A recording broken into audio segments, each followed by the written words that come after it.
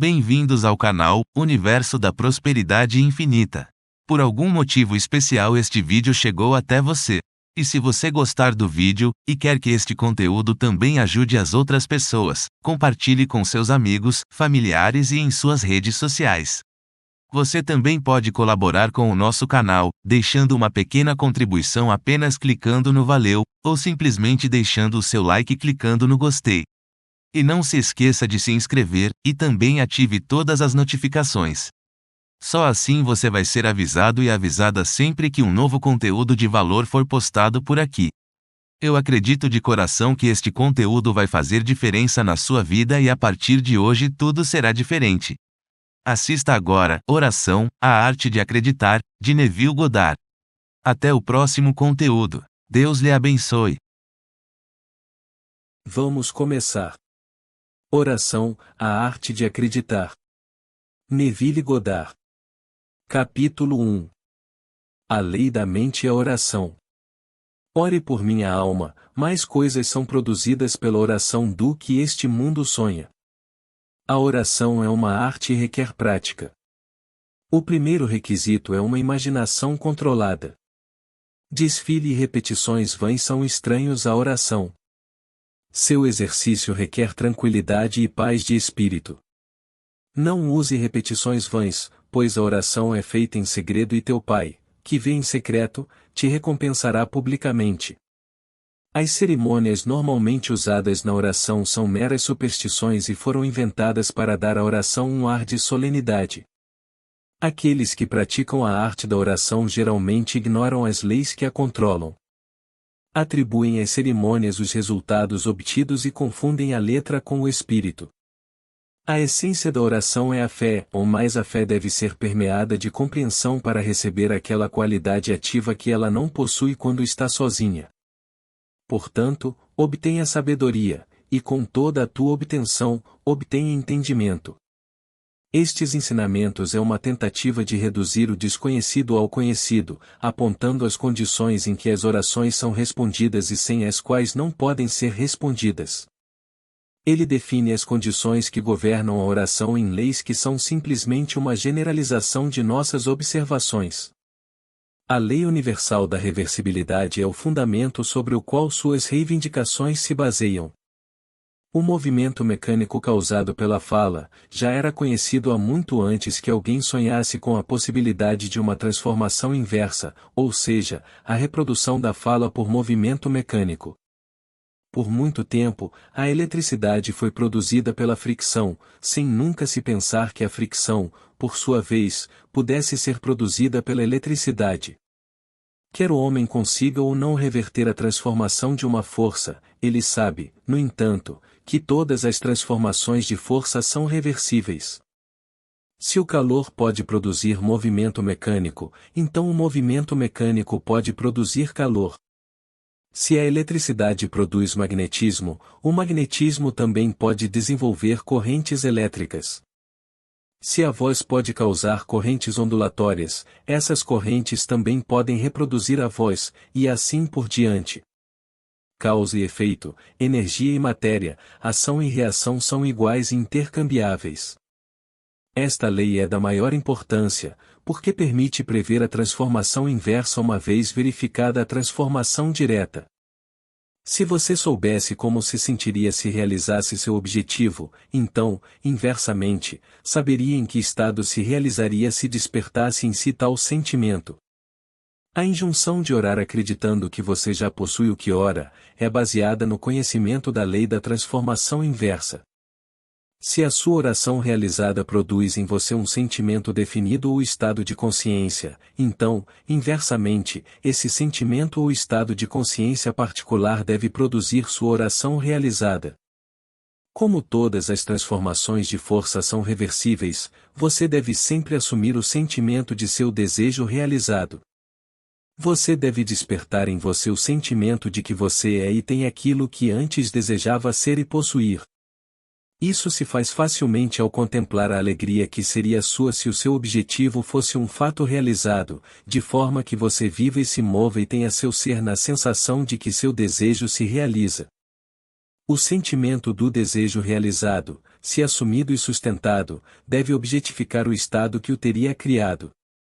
Esta lei explica por que a fé é o firme fundamento das coisas que se esperam e a prova das coisas que não se veem, e porque ele chama como se fossem coisas que não são vistas, e como se tornem vistas as coisas que não são vistas. Assuma o sentimento do seu desejo realizado e continue sentindo que ele foi realizado até que aquilo que você sente se objetifique. Se um fato físico pode produzir um estado psicológico pode produzir um fato físico.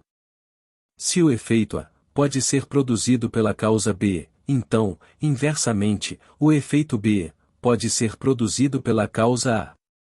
Portanto, eu digo a você: tudo o que vós desejais, quando orardes, crede que as recebestes e as tereis. Capítulo 2. A dupla natureza de consciência. Um conceito claro da natureza da dualidade da consciência do homem deve ser a base de toda oração verdadeira. A consciência inclui uma parte subconsciente e também uma parte consciente. A parte infinitamente maior da consciência está abaixo da esfera da consciência objetiva. O subconsciente é a parte mais importante da consciência. É a causa da ação voluntária. O subconsciente é o que um homem é. O consciente é o que o homem conhece. Eu e meu pai somos um, mas meu pai é maior do que eu. O consciente e o subconsciente são um, mas o subconsciente é maior do que o consciente. Eu mesmo não posso fazer nada, o pai dentro de mim ele faz a obra. Eu, consciência objetiva, de mim mesmo não posso fazer nada, o pai, o subconsciente, ele faz o trabalho. O subconsciente é aquele em que tudo se conhece, em que tudo é possível, para onde tudo vai, de onde vem tudo, que pertence a todos, a que todos têm acesso.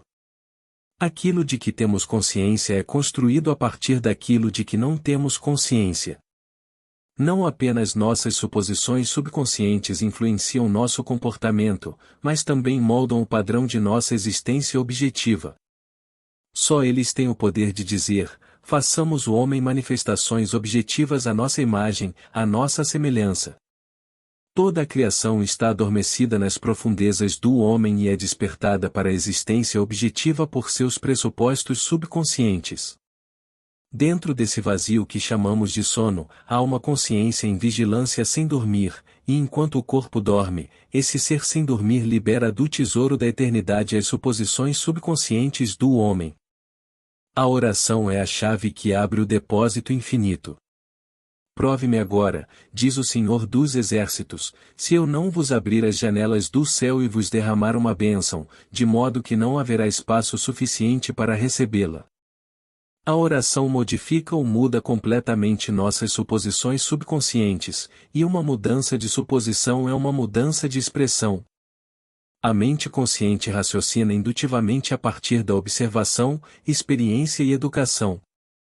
Portanto, acha difícil acreditar no que os 5 sentidos e a razão indutiva negam.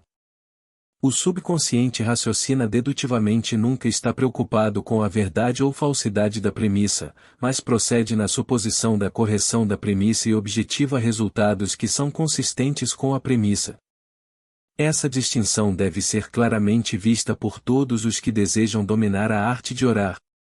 Nenhuma compreensão verdadeira da ciência da oração pode ser realmente obtida até que as leis que governam a natureza dual da consciência sejam compreendidas e a importância do subconsciente percebida. Oração, a arte de acreditar no que é negado pelos sentidos, lida quase inteiramente com o subconsciente. Por meio da oração, o subconsciente é sugerido para a aceitação do desejo realizado e, raciocinando dedutivamente, logicamente o desdobra até seu fim legítimo. Muito maior é aquele que está em você do que aquele que está no mundo. A mente subjetiva é a consciência difusa que anima o mundo, é o espírito que dá vida. Em toda a substância, é uma única alma, a mente subjetiva. Por toda a criação percorre essa mente subjetiva ininterrupta. Pensamento e sentimento fundidos em crenças imprimem modificações sobre ele, atribuem-lhe uma missão que ele executa fielmente. A mente consciente origina premissas. A mente subjetiva os desdobra até seus fins lógicos. Se a mente subjetiva não fosse tão limitada em seu poder de iniciativa de raciocínio, o homem objetivo não poderia ser responsabilizado por suas ações no mundo. O homem transmite ideias ao subconsciente por meio de seus sentimentos. O subconsciente transmite ideias de mente para mente por meio da telepatia. Suas convicções não expressas de outras pessoas são transmitidas a ele sem seu conhecimento ou consentimento consciente, se inconscientemente aceitas por eles, influenciarão seu comportamento. As únicas ideias que eles rejeitam inconscientemente são as suas ideias que eles não gostariam que fossem verdadeiras para ninguém. Tudo o que eles poderiam desejar para os outros pode ser acreditado neles, e pela lei da crença que governa o raciocínio subjetivo, eles são compelidos a aceitar subjetivamente, portanto, expressar objetivamente, de acordo. A mente subjetiva é completamente controlada pela sugestão. As ideias são mais bem sugeridas quando a mente objetiva é parcialmente subjetiva, isto é, quando os sentidos objetivos são diminuídos ou mantidos em suspensão. Esse estado parcialmente subjetivo pode ser mais bem descrito como devaneio controlado, em que a mente é passiva, mas capaz de funcionar com absorção. É uma concentração de atenção. Não deve haver conflito em sua mente quando você está orando. Transforme o que é no que deveria ser. Assuma o estado de espírito de desejo realizado e, pela lei universal da reversibilidade, você realizará seu desejo. Capítulo 3. A imaginação e fé. As orações não são feitas com sucesso, a menos que haja um relacionamento entre a mente consciente e subconsciente do operador. Isso é feito por meio da imaginação e da fé. Pelo poder da imaginação, todos os homens, certamente os homens imaginativos, estão sempre lançando encantamentos, e todos os homens, especialmente os homens sem imaginação, estão continuamente passando sob seu poder. Se eu posso involuntariamente lançar um encantamento sobre as pessoas, não há razão para duvidar que sou capaz de lançar intencionalmente um encantamento muito mais forte. Tudo o que pode ser visto, tocado, explicado, discutido, é para o homem imaginativo nada mais do que um meio, pois ele funciona, em razão de sua imaginação controlada, no fundo de si mesmo onde toda ideia existe em si mesma e não em relação com outra coisa. Nele não há necessidade das restrições da razão. Pois a única restrição que ele pode obedecer é o instinto misterioso que o ensina a eliminar todos os estados de ânimo, exceto o humor do desejo realizado. Imaginação e fé são as únicas faculdades da mente necessárias para criar condições objetivas. A fé necessária para a operação bem-sucedida da lei da consciência é uma fé puramente subjetiva e pode ser alcançada após a cessação da oposição ativa por parte da mente objetiva do operador. Depende de sua capacidade de sentir e aceitar como verdade o que seus sentidos objetivos negam. Nem a passividade do sujeito nem sua concordância consciente com sua sugestão são necessárias, pois sem seu consentimento ou conhecimento ele pode receber uma ordem subjetiva que ele deve expressar objetivamente. É uma lei fundamental da consciência que, por telepatia, podemos ter comunhão imediata com outra pessoa. Para estabelecer a conexão, você chama o sujeito mentalmente. Concentre sua atenção nele, e grite seu nome mentalmente como faria para atrair a atenção de qualquer pessoa. Imagine que ele atendeu e ouve mentalmente sua voz. Represente-o para si mesmo interiormente, no estado que deseja que ele obtenha. Em seguida, imagine que ele está lhe dizendo no tom de uma conversa comum o que você deseja ouvir. Responda-lhe mentalmente. Conte-lhe sobre sua alegria em testemunhar sua boa sorte. Tendo ouvido mentalmente com toda a nitidez da realidade aquilo que você queria ouvir e emocionado com a notícia ouvida, volte à consciência objetiva. Sua conversa subjetiva deve despertar o que afirma. Decretarás alguma coisa e ser-te-á estabelecido. Não é uma vontade forte que envia a palavra subjetiva sobre sua missão, mas sim um pensamento e um sentimento claros, a verdade do estado afirmada. Quando a crença e a vontade estão em conflito, a crença invariavelmente vence. Não por força nem por violência, mas pelo meu espírito, diz o Senhor dos Exércitos. Não é o que você deseja que atrai, você atrai o que você acredita ser verdade. Portanto, entre no espírito dessas conversas mentais e deles o mesmo grau de realidade que daria a uma conversa telefônica. Se podes crer, todas as coisas são possíveis ao que crê. Portanto, eu vos digo, tudo o que desejais, quando orardes, crede que as recebestes e as tereis. A aceitação do fim deseja os meios. E a reflexão mais sábia não poderia conceber meios mais eficazes do que aqueles que são desejados pela aceitação do fim. Fale mentalmente com seus amigos como se seus desejos por eles já tivessem sido realizados. A imaginação é o começo do crescimento de todas as formas, e a fé é a substância da qual elas são formadas. Pela imaginação, aquilo que existe em latência ou está adormecido nas profundezas da consciência é despertado e recebe forma. As curas atribuídas à influência de certos remédios, relíquias e lugares são efeitos da imaginação e da fé. O poder curativo não está no espírito que está neles, mas no espírito com que são aceitos. A letra mata, mas o espírito vivifica. A mente subjetiva é completamente controlada pela sugestão, portanto, seja o objeto de sua fé verdadeiro ou falso, você obterá os mesmos resultados. Não há nada de errado na teoria da medicina ou nas reivindicações do sacerdócio por suas relíquias e lugares sagrados. A mente subjetiva do paciente aceita a sugestão de saúde condicionada a tais estados, e assim que essas condições são satisfeitas, passa a ter saúde. Seja-vos feito de acordo com a vossa fé, porque todas as coisas são possíveis ao que crê. A expectativa confiante de um estado é o meio mais poderoso de realizá-lo. A expectativa confiante de uma cura faz o que nenhum tratamento médico pode realizar. O fracasso é sempre decorrente de uma autossugestão antagônica do paciente, decorrente da dúvida objetiva do poder da medicina ou da relíquia, ou da dúvida sobre a veracidade da teoria. Muitos de nós, por muito pouca emoção ou muito intelecto, ambos os quais são pedras de tropeço no caminho ou na oração, não podemos acreditar no que nossos sentidos negam. Forçar-nos a acreditar, acabará em dúvidas maiores.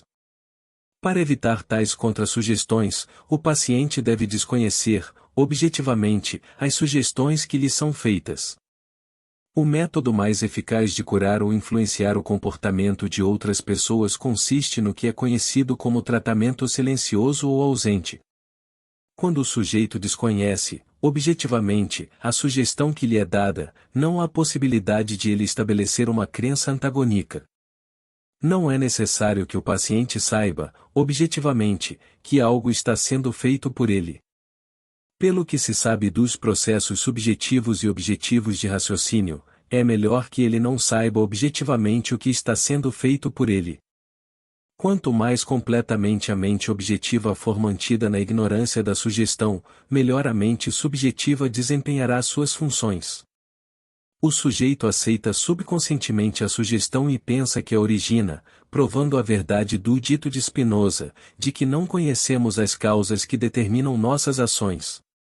A mente subconsciente é o condutor universal que o operador modifica com seus pensamentos e sentimentos. Os estados visíveis são os efeitos vibratórios das vibrações subconscientes dentro de você ou são as causas vibratórias das vibrações correspondentes dentro de você. Um homem disciplinado nunca permite que sejam causas, a menos que despertem nele os desejáveis estados de consciência. Com o conhecimento da lei da reversibilidade, o homem disciplinado transforma seu mundo imaginando e sentindo apenas o que é amável e de boa fama. A bela ideia que ele desperta dentro de si não deixará de despertar sua afinidade nos outros. Ele sabe que o Salvador do mundo não é um homem, mas a manifestação que salvaria. O salvador do homem doente é saúde, o salvador do homem faminto é a comida, o salvador do homem sedento é a água. Ele caminha na companhia do Salvador, assumindo o sentimento de seu desejo realizado. Pela lei da reversibilidade, de que todas as transformações de força são reversíveis, a energia ou sentimento despertado transforma-se no estado imaginado. Ele nunca espera 4 meses pela colheita. Se em 4 meses a colheita despertará nele um estado de alegria, então, inversamente, a alegria da colheita agora despertará a colheita agora. Agora é o tempo aceitável para dar beleza às cinzas, alegria ao luto, louvor ao espírito de tristeza, para que sejam chamados de árvores de justiça, a plantação do Senhor para que ele seja glorificado. Capítulo 4. O poder da mente subjetiva. Todos estão sujeitos às mesmas leis psicológicas que governam o sujeito hipnótico comum. Ele é passível de controle por sugestão. Na hipnose, os sentidos objetivos estão parciais ou totalmente suspensos. No entanto, não importa o quão profundamente os sentidos objetivos estejam bloqueados na hipnose, as faculdades subjetivas estão alertas, e o sujeito reconhece tudo o que se passa ao seu redor. A atividade e o poder da mente subjetiva são proporcionais ao sono da mente objetiva. As sugestões que parecem impotentes quando apresentadas diretamente à consciência objetiva são altamente eficazes quando o sujeito está em um estado hipnótico. O estado hipnótico é simplesmente estar inconsciente, objetivamente. No hipnotismo, a mente consciente é colocada para dormir e os poderes subconscientes são expostos para serem alcançados diretamente por sugestão. É fácil ver a partir disso, contanto que você aceite a verdade das sugestões mentais, que qualquer pessoa que não esteja objetivamente ciente de você, está em um profundo estado hipnótico em relação a você. Portanto, não amaldiçoe o rei, não em teu pensamento, e não amaldiçoe os ricos no quarto de dormir, pois um pássaro do ar levará a voz, e aquele que tem asas contará o assunto. O que você sinceramente acredita ser verdade para outra pessoa, você despertará dentro dela. Ninguém precisa ficar em transe, da maneira comum, para ser ajudado. Se o sujeito está conscientemente inconsciente da sugestão, e se a sugestão for dada com convicção e confiantemente aceita pelo operador como verdadeira, então você tem o cenário ideal para uma oração bem-sucedida. Represente o sujeito mentalmente como se ele já tivesse feito o que você deseja que ele faça. Fale com ele mentalmente e parabenize-o por ter feito o que você deseja que ele faça. Veja-o mentalmente no estado que você deseja que ele obtenha. Dentro do círculo de sua ação, cada palavra falada subjetivamente desperta objetivamente o que ela afirma. Incredulidade por parte do sujeito não é obstáculo, quando você está no controle de seu devaneio. Afirmação ousada sua, enquanto você está em um estado parcialmente subjetivo, desperta o que você afirma. A autoconfiança de sua parte e a crença total na verdade de sua afirmação mental são tudo o que é necessário para produzir resultados. Visualize o sujeito e imagine que está ouvindo sua voz. Isso estabelece contato com sua mente subjetiva. Em seguida, imagine que ele está lhe dizendo o que você deseja ouvir. Se você quiser enviar-lhe palavras de saúde e riqueza, imagine que ele está lhe dizendo isso. Nunca me senti melhor e nunca tive mais do que tenho agora, e diga-lhe mentalmente sobre sua alegria em testemunhar sua boa sorte. Imagine que você vê e ouve sua alegria. Uma conversa mental com a imagem subjetiva de outra pessoa deve ser de uma maneira que não expresse a menor dúvida quanto à verdade do que você ouve e diz. Se você tem a menor ideia de que não acredita no que imaginou ter ouvido e visto, o sujeito não concordará, pois sua mente subjetiva transmitirá apenas suas ideias fixas. Somente ideias fixas podem despertar seus correlatos vibratórios naqueles a quem se dirigem. No devaneio controlado, as ideias devem ser sugeridas com o máximo cuidado. Se você não controlar sua imaginação no devaneio, sua imaginação o controlará. O que quer que você sugira com confiança, é lei para a mente subjetiva, tem a obrigação de objetificar aquilo que você afirma mentalmente. Não só o sujeito executa o estado afirmado, mas o faz como se a decisão viesse por si mesma, ou a ideia tivesse se originado por ele. O controle do subconsciente é o domínio sobre tudo. Cada estado obedece ao controle de uma mente. O controle do subconsciente é realizado por meio do controle de suas crenças, que por sua vez é o fator potente nos estados visíveis. Imaginação e fé são os segredos da criação. Capítulo 5. A lei de transmissão do pensamento. Ele enviou sua palavra e os curou, e os livrou de sua destruição. Ele transmitiu a consciência da saúde e despertou seu correlato vibratório naquele a quem se dirigia. Ele mentalmente representou o sujeito para si mesmo em um estado de saúde e imaginou ter ouvido o sujeito confirmar isso. Pois nenhuma palavra de Deus será sem poder, portanto, mantenha o padrão de palavras saudáveis que você ouviu. Para orar com sucesso, você deve ter objetivos claramente definidos. Você deve saber o que deseja antes de pedir.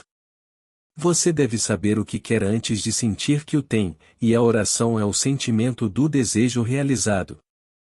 Não importa o que você busca na oração, ou onde está, ou a quem se refere. Você não tem nada a fazer a não ser se convencer da verdade daquilo que deseja ver manifestado. Quando você sai da oração, não busca mais, pois, se rezou corretamente, subconscientemente assumiu a realidade do estado procurado e, pela lei da reversibilidade, seu subconsciente deve objetivar o que afirma. Você deve ter um condutor para transmitir uma força. Você pode utilizar um fio, um jato d'água, uma corrente de ar, um raio de luz ou qualquer intermediário. O princípio do fotofone ou da transmissão da voz pela luz o ajudará a entender a transmissão do pensamento, ou o envio de uma palavra para curar outra. Existe uma forte analogia entre uma voz falada e uma voz mental. Pensar é falar baixo, falar é pensar alto. O princípio do fotofone é este. Um raio de luz é refletido por um espelho e projetado para um receptor em um ponto distante. Atrás do espelho é um porta-voz. Ao falar no bocal, você faz o espelho vibrar. Um espelho vibratório modifica a luz refletida nele. A luz modificada deve transmitir sua fala, não como fala, mas conforme representada em seu correlato mecânico. Ele atinge a estação distante e colide com um disco dentro do receptor, faz com que o disco vibre de acordo com a modificação que sofre, e reproduz sua voz. Eu sou a luz do mundo. Eu sou, o conhecimento de que existo, é uma luz por meio da qual o que se passa em minha mente se torna visível. A memória, ou minha capacidade de ver mentalmente o que está objetivamente presente, prova que minha mente é um espelho tão sensível que pode refletir um pensamento. A percepção de uma imagem na memória em nada difere como ato visual da percepção da minha imagem no espelho. O mesmo princípio de ver está envolvido em ambos. Sua consciência é a luz refletida no espelho de sua mente projetada no espaço para aquele em quem você pensa. Ao falar mentalmente com a imagem subjetiva em sua mente, você faz com que o espelho de sua mente vibre. Sua mente vibrante modifica a luz da consciência refletida nela. A luz modificada da consciência atinge aquele a quem é dirigida e incide no espelho de sua mente, faz com que sua mente vibre de acordo com a modificação que sofre. Assim, reproduz nele o que foi afirmado mentalmente por você. Suas crenças, suas atitudes mentais fixas, constantemente modificam sua consciência, conforme ela se reflete no espelho de sua mente. Sua consciência, modificada por suas crenças, objetiva-se nas condições de seu mundo. Para mudar o seu mundo, você deve primeiro mudar sua concepção dele. Para mudar um homem, você deve mudar sua concepção dele. Você deve primeiro acreditar que ele é o homem que você deseja que ele seja e falar mentalmente com ele como se ele fosse. Todos os homens são suficientemente sensíveis para reproduzir suas crenças sobre eles. Portanto, se sua palavra não é reproduzida visivelmente naquele a quem ela é enviada, a causa deve ser encontrada em você, não no sujeito. Assim que você acredita na verdade do estado afirmado, os resultados seguem. Todos podem ser transformados, todo pensamento pode ser transmitido, cada pensamento pode ser visivelmente incorporado. Palavras subjetivas, posições subconscientes, desperte o que eles afirmam. Eles estão vivos e ativos, e não voltará para mim vazio, mas fará o que me apraz e prosperará naquilo para que os enviei. Eles são dotados da inteligência pertinente à sua missão e persistirão até que o objetivo de sua existência seja realizado, eles persistem até que despertem os correlatos vibratórios de si mesmos, dentro daquele para quem são dirigidos, mas no momento em que o objeto de sua criação é realizado, eles deixam de ser. A palavra falada subjetivamente em silenciosa confiança sempre despertará um estado correspondente naquele em quem foi falada, mas no momento em que sua tarefa é cumprida, ela deixa de sê-lo, permitindo que aquele em quem o estado é realizado permaneça na consciência do estado afirmado ou retorne ao seu estado anterior. Qualquer que seja o estado em que sua atenção esteja, mantém sua vida. Portanto, ficar atento a um estado anterior é retornar a essa condição. Não se lembre das coisas anteriores, nem considere as coisas antigas. Nada pode ser adicionado ao homem, pois toda a criação já está aperfeiçoada nele. O reino dos céus está dentro de você. O homem nada pode receber, a menos que seja dado a ele do céu. O céu é o seu subconsciente. Nem mesmo uma queimadura solar é causada de fora. Os raios de fora apenas despertam raios correspondentes dentro. Se os raios ardentes não estivessem contidos no homem, todos os raios concentrados do universo não poderiam queimá-lo. Se os tons de saúde não estivessem contidos na consciência daquele a quem são afirmados, não poderiam ser vibrados pela palavra que é enviada. Você realmente não dá a outra pessoa, você ressuscita aquilo que está adormecido dentro dela. A donzela não está morta, mas dorme. A morte é apenas um sono e um esquecimento. A idade e a decadência são o sono, não a morte, da juventude e da saúde. O reconhecimento de um estado vibra ou o desperta. A distância, conforme é reconhecida por seus sentidos objetivos, não existe para a mente subjetiva. Se tomo as asas da alva, e habito nas extremidades do mar, mesmo ali a tua mão me guiará. Tempo e espaço são condições de pensamento, a imaginação pode transcendê-los e se mover em um tempo e espaço psicológicos. Embora fisicamente separado de um lugar por milhares de milhas, você pode viver mentalmente em um lugar distante como se estivesse aqui. Sua imaginação pode transformar facilmente o inverno em verão, chuva em sol e assim por diante. Esteja o objeto de seu desejo próximo ou distante, os resultados serão os mesmos. Subjetivamente, o objeto de seu desejo nunca está longe, por sua intensa proximidade o torna distante da observação dos sentidos. Ele reside na consciência, e a consciência está mais perto do que respirar e mais perto do que mãos e pés. A consciência é a única realidade. Todos os fenômenos são formados da mesma substância vibrando em taxas diferentes. Fora da consciência, eu como homem vim, e a consciência, eu como homem volto. Na consciência, todos os estados existem subjetivamente e são despertados para sua existência objetiva pela crença. A única coisa que nos impede de causar uma impressão subjetiva bem-sucedida em alguém que está muito longe, ou de transformá-la aqui, é o nosso hábito de considerar o espaço um obstáculo. Um amigo a 1 quilômetro de distância está enraizado em sua consciência por meio de suas ideias fixas sobre ele. Pensar nele e representá-lo a si mesmo interiormente no estado que você deseja que ele seja, confiante de que essa imagem subjetiva é tão verdadeira quanto já foi objetivada, desperta nele um estado correspondente que ele deve objetivar. Os resultados serão tão óbvios quanto a causa foi ocultada. O sujeito expressará o estado desperto dentro dele e permanecerá inconsciente da verdadeira causa de sua ação. Sua ilusão de livre-arbítrio nada mais é do que ignorância das causas que o fazem agir. As orações dependem de sua atitude mental para o sucesso e não da atitude do sujeito.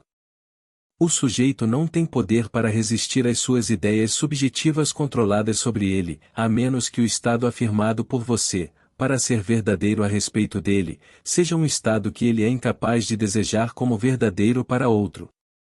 Nesse caso, ele retorna para você, o remetente, e se realizará em você.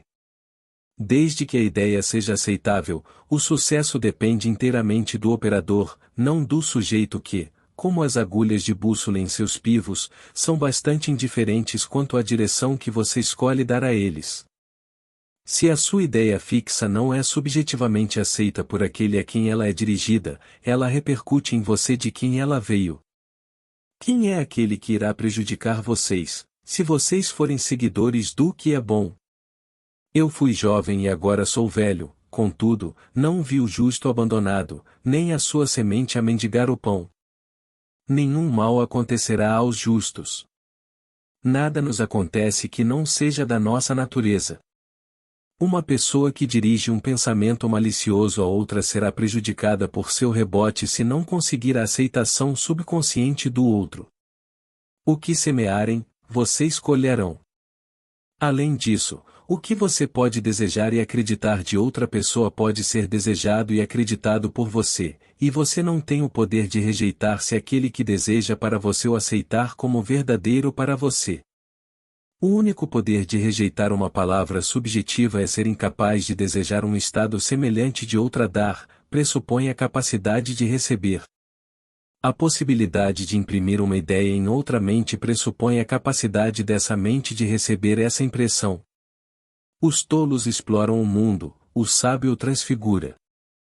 É a mais alta sabedoria saber que no universo vivo não há outro destino senão aquele criado pela imaginação do homem. Não há influência fora da mente do homem. Tudo o que é amável, tudo o que é de boa fama, se houver alguma virtude e se houver algum elogio, pense nessas coisas. Nunca aceite como verdade para os outros o que você não gostaria que fosse verdade para você. Para despertar um estado dentro de outro, ele deve primeiro estar desperto dentro de você. O estado que você iria transmitir para outra pessoa só pode ser transmitido, se você acreditar nele. Portanto, dar é receber. Você não pode dar o que não tem e só tem o que acredita. Portanto, acreditar que um estado é verdadeiro para outro não apenas desperta esse estado dentro do outro, mas o torna vivo dentro de você. Você é o que você acredita. Dai e recebereis, medida completa, pressionado e transbordando. Dar é simplesmente acreditar, pois o que você realmente acredita dos outros, você despertará dentro deles. O estado vibratório transmitido por sua crença persiste até que desperte sua vibração correspondente naquele em quem acredita. Mas antes de poder ser transmitido, primeiro deve ser ativado dentro do transmissor. Tudo o que está desperto em sua consciência, você está. Não importa se a crença pertence a si mesmo ou a outro, pois o crente é definido pela soma total de suas crenças ou suposições subconscientes. Como um homem pensa em seu coração no subconsciente profundo de si mesmo, ele também é o que pensa. Desconsidere as aparências, e subjetivamente afirme como verdadeiro aquilo que você deseja que seja verdadeiro. Isso desperta em você o tom do estado afirmado, que por sua vez se realiza em você naquele de quem é afirmado. Dê e receberá. As crenças invariavelmente despertam o que afirmam. O mundo é um espelho, onde cada um se vê refletido. O mundo objetivo reflete as crenças da mente subjetiva. Algumas pessoas ficam mais impressionadas com as imagens visuais, outras com os sons mentais e ainda outras com as ações mentais. A forma de atividade mental que permite que todo o poder de sua atenção se concentre em uma direção escolhida, é aquela a ser cultivada, até que você possa trazer todos para cumprir seu objetivo, ao mesmo tempo. Se você tiver dificuldade em compreender os termos imagens visuais, sons mentais e ações mentais, aqui está uma ilustração que deve deixar seus significados claros. 1. Imagine que vê uma peça musical, sem saber absolutamente nada sobre notações musicais. A impressão em sua mente é puramente imagem visual. 2. Imagine que vê a mesma peça, mas consegue ler a música e pode imaginar como soaria quando tocada no piano, que a imaginação é som mental. 3. Também lê música e é pianista, enquanto lê, ele se imagina tocando a peça. A ação imaginária é uma ação mental. As imagens visuais, os sons mentais e as ações mentais são criações da sua imaginação e, embora pareçam vir de fora, na verdade vêm de dentro de você. Eles se movem como se movidos por outro, mas são realmente lançados pelo seu próprio espírito do armazém mágico da imaginação. Eles são projetados no espaço pela mesma lei vibratória que governa o envio de uma voz ou imagem. Fala e imagem são projetadas não como fala ou imagens, mas como correlatos vibratórios. A mente subjetiva vibra de acordo com as modificações que sofre pelo pensamento e sentimentos do operador. O estado visível criado é o efeito das vibrações subjetivas. Um sentimento é sempre acompanhado por uma vibração correspondente, ou seja, uma mudança na expressão ou sensação do operador. Não há pensamento ou sentimento sem expressão. Não importa o quão sem emoção você pareça ser, se você refletir com qualquer grau de intensidade, há sempre uma execução de leves movimentos musculares.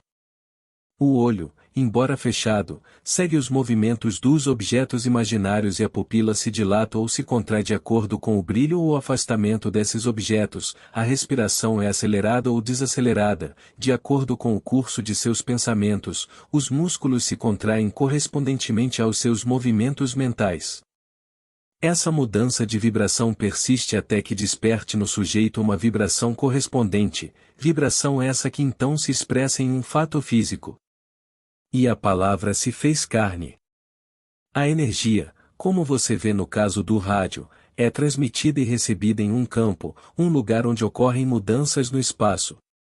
O campo e a energia são um e inseparáveis. O campo ou assunto torna-se a personificação da palavra ou energia recebida. O pensador e o pensamento, o operador e o sujeito, a energia e o campo são um. Se você ainda estivesse o suficiente para ouvir o som de suas crenças, você saberia o que significa a música das esferas. O som mental que você ouve na oração como vindo de fora é realmente produzido por você mesmo. A autoobservação revelará esse fato. Como a música das esferas é definida como a harmonia ouvida apenas pelos deuses, e deve ser produzida pelos movimentos das esferas celestes, também a harmonia que você ouve subjetivamente para outros ouvidos apenas por você é produzida por os movimentos de seus pensamentos e sentimentos no reino verdadeiro ou paraíso dentro de você. Capítulo 6. Boas notícias. Quão belos são sobre as montanhas os pés daquele que anuncia boas novas, que anuncia a paz, que anuncia a paz, que anuncia o bem, que anuncia a salvação. Uma maneira muito eficaz de levar boas novas a outra pessoa é chamar a atenção para a imagem subjetiva da pessoa que você deseja ajudar e fazer com que ela afirme o que você deseja que ela faça. Mentalmente, ouça-o dizer que ele fez isso. Isso desperta nele o correlato vibratório do estado afirmado, vibração essa que persiste até que sua missão seja cumprida. Não importa o que você deseja ter feito ou quem você seleciona para fazê-lo.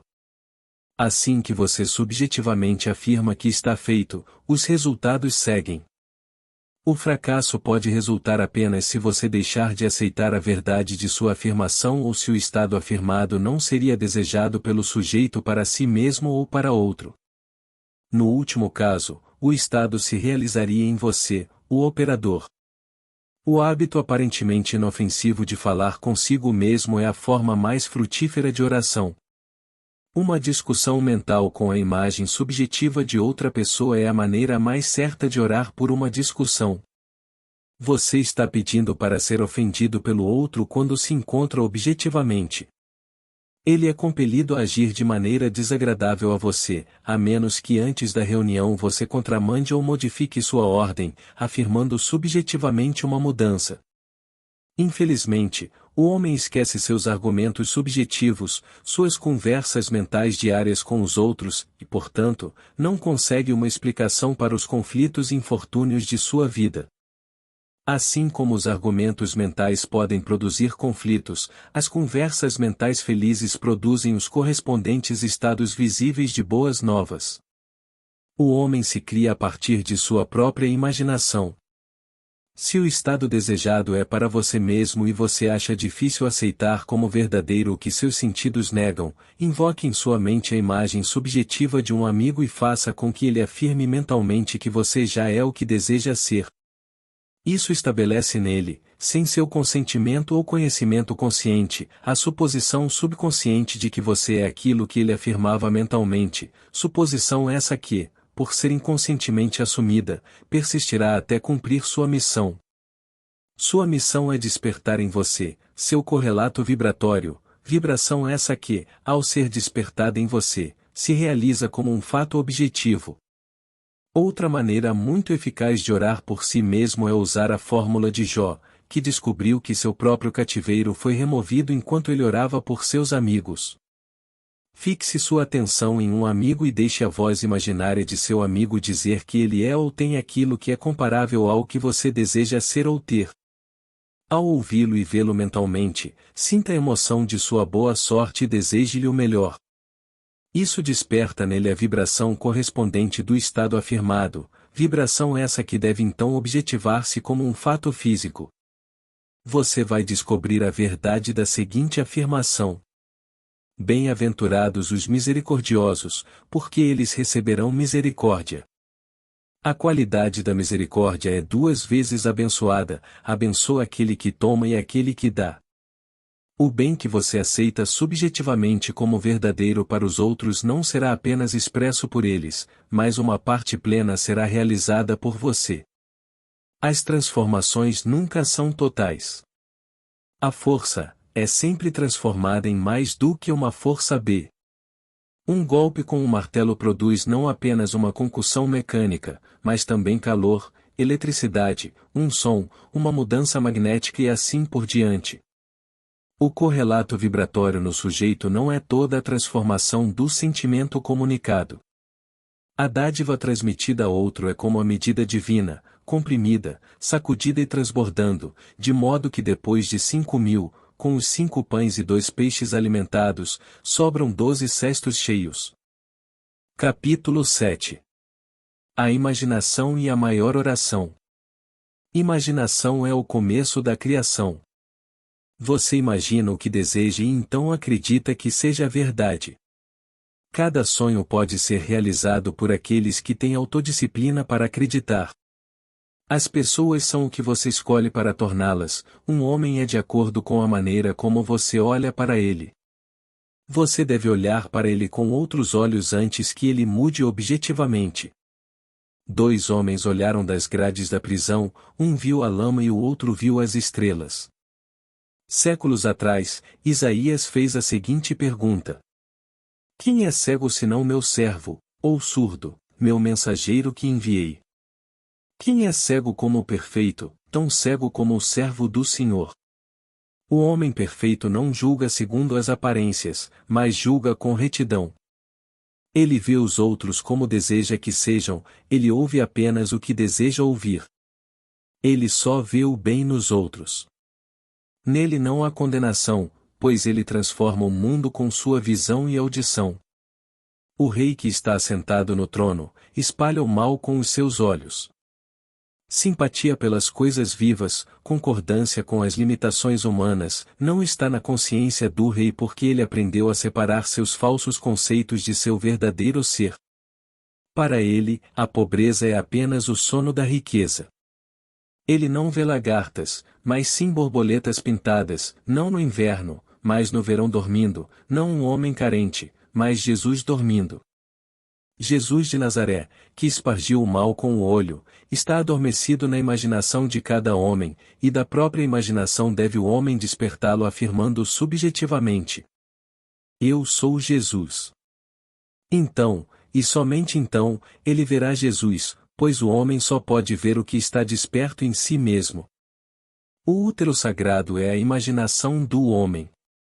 A criança sagrada é aquela concepção de si mesma que se encaixa na definição de perfeição de Isaías.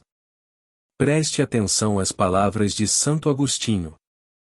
Muito tarde te amei, pois eis que estavas por dentro e foi fora que te procurei.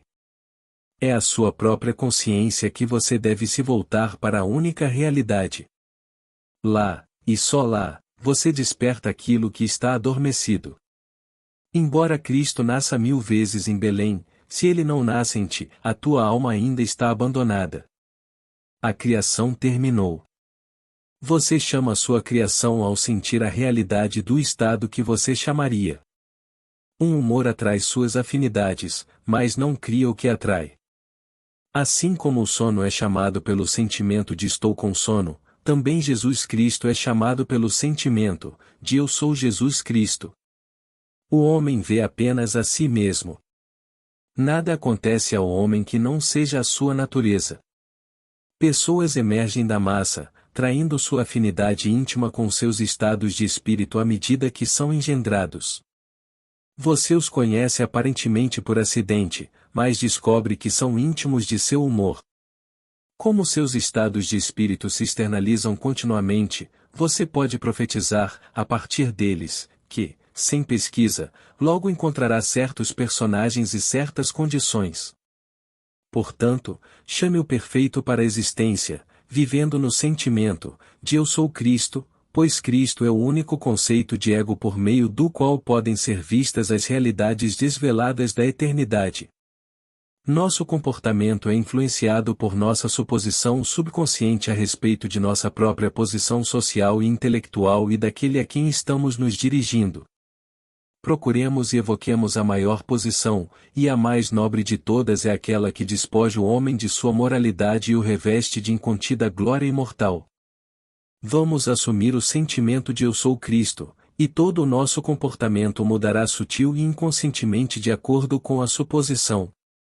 Nossas suposições subconscientes se externalizam continuamente para que os outros possam nos ver conscientemente como nós nos vemos subconscientemente, e nos dizer por suas ações o que subconscientemente assumimos ser. Portanto, vamos assumir o sentimento de eu sou Cristo, até que nossa afirmação consciente se torne nossa suposição subconsciente de que todos nós com o rosto descoberto, refletindo como um espelho a glória do Senhor, somos transformados de glória em glória na mesma imagem. Deixe Deus despertar e seus inimigos serem destruídos. Não há oração maior para o homem. Fim. Deus lhe abençoe.